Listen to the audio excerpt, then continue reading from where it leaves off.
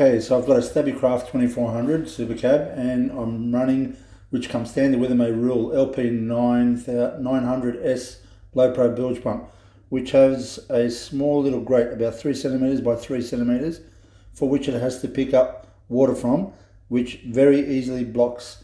And in this typical situation, it's happened to a lot of us guys where we've caught tuna, the scales, the tiny little scales, they just fall off the fish, make their way down to the back of the bilge and block up your pump, making or rendering your pump useless. So I've done a little modification to try and overcome this problem. Okay, so I've done a modification to the pump. So this is the water flow flowing out nicely with the filtration system. And what I'll do is I'll get in there and I'll show you what I mean by what I've done with the filters. So just bear with me as I start to pop this video and show you what I've actually done. What I've actually done is I've added these two filters onto the end of the bilge pump. I've removed the strainer that comes standard with it. And that's just empty out now. So what we're seeing is the water is 3/4 of the way up the filter cartridges. You can see there's a little bit of debris that gets caught up in the filter cartridges. Easy to pull out, they just slide straight off. Easy to clean. So the boat is listing currently to the port side. And it's about 15 mil from the top of the sump on this side.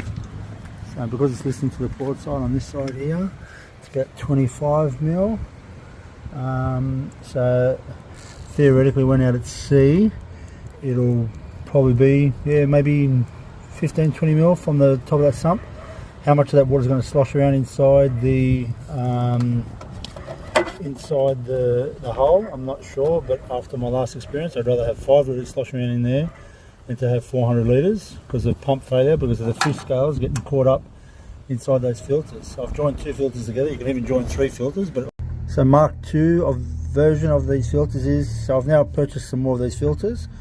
And what I've done is I've joined 3 filters together, and I've made like a little aluminium end plate instead of the cork to cover up that hole. So in testing, you can see there's already like leaves and stuff, especially in that filter closest to the pump. But it's amazing how much this filter is going to capture.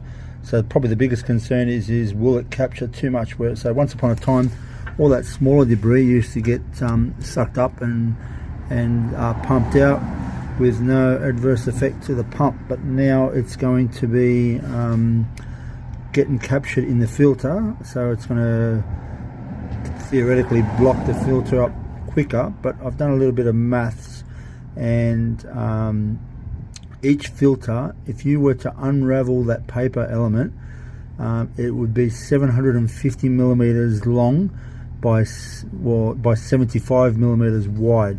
So 750 millimeters long by 75 millimeters wide.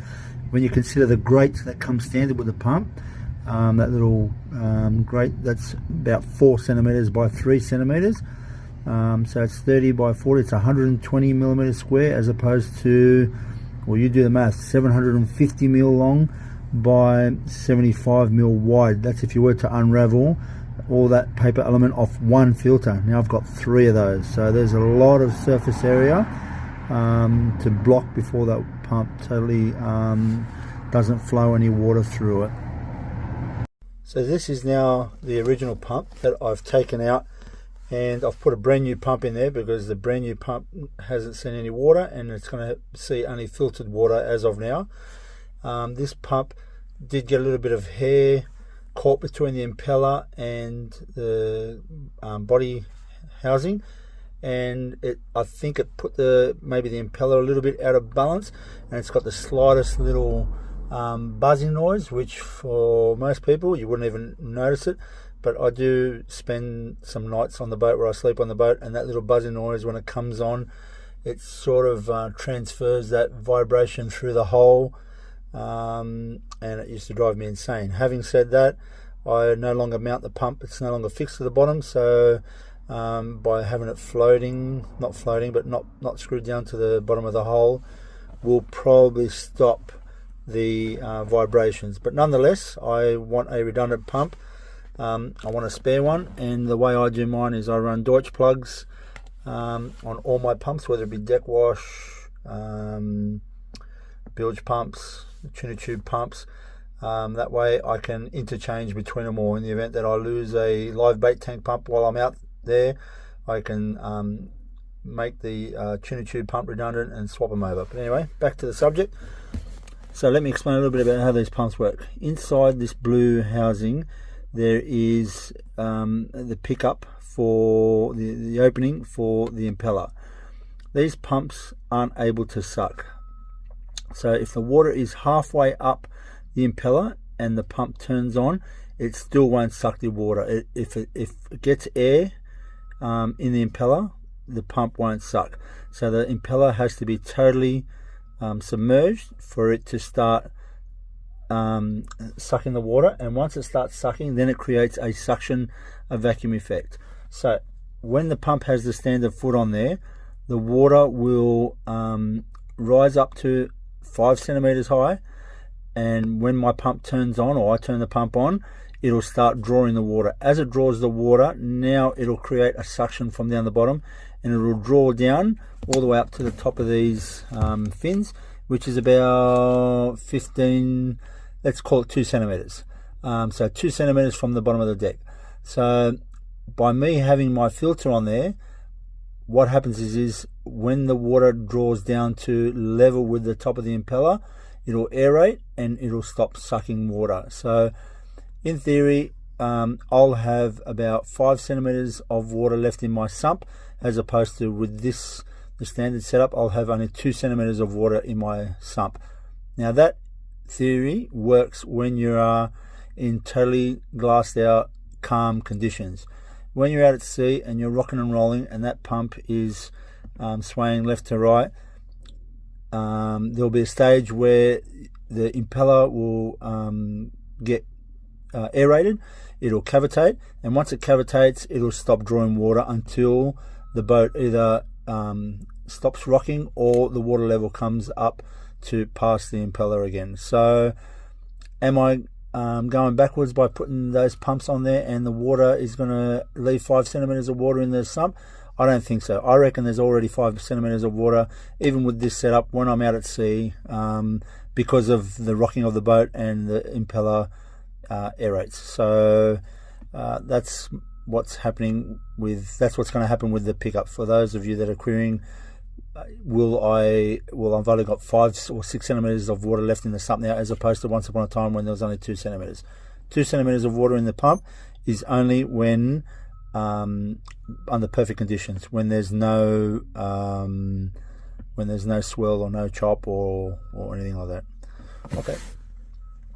The other thing I've done is I've unmounted the pump. So the pump used to be mounted onto those 2 little screws and that little black silicone pad. I've unmounted the pump because I don't know about you guys, but I used to find it nearly impossible. Well, I never used to be able to do it by hand. I couldn't undo the cartridge. I just didn't have the strength. I don't know what it was. But now the way it is there, I can very easily lift it up and just undo it. I don't have to get a big set of pliers on there, so I can really easily unmount. You're probably wondering what all the other pumps are. So the one closest to the right to me is my live bait tank pump, and then it's got a pickup to the side of it which tees off, and that goes to the deck wash pump. But what I've got on this side is I had Stubby install another pickup under the boat, and I've got a ball valve, and that there feeds my tuna tube. So that pump goes up through there, through this hose, and it comes out of this hose here, and that there then plugs into my tuna tubes, which mount onto my table. But what you can probably see under there is a little blue blue silicone hose that tees off there and goes into that tap. So the theory behind that is if I shut the cock off on the tuna tube pump, and then turn on this valve switch, what theoretically should happen is it should draw water from that blue hose. So basically it's a secondary bilge pump. The problem with that is like I said before, these pumps don't suck. So you either have to prime that pump first to get it working. So ideally you'd take this hatch off, get your deck wash pump, turn this on, feed some water in there. Once the pump gets started, quickly throw it in the water and you'll have a secondary pump for emergencies. Or if the water gets deep enough in here, like, you know, pretty high, eventually the water level will come up to the impeller height, or close enough, and it'll fire up by itself. So that's my pump setup, and I've had to put the soft tappers back in on those holes because otherwise that will drain into the bottom of the hole. So by putting the soft tappers back in, that is now sealed again. That's the pump coming back on. Comes on every 2.5. Got it set so it comes on every 2.5 minutes, and yeah, it comes on every 2.5 minutes and checks for resistance on the impeller. If it measures resistance, it keeps going. If it doesn't, it turns itself off. I have got the little one-way valve in there, so water doesn't go back from the ocean back into the pump. And that's it. That's my sort of fix until I get out there and catch another tuna and block up the bilge again and see what happens. But I've got a ton more surface area to draw water from now than what I did before. Alright guys, hope this video comes in handy to some people. Cheers.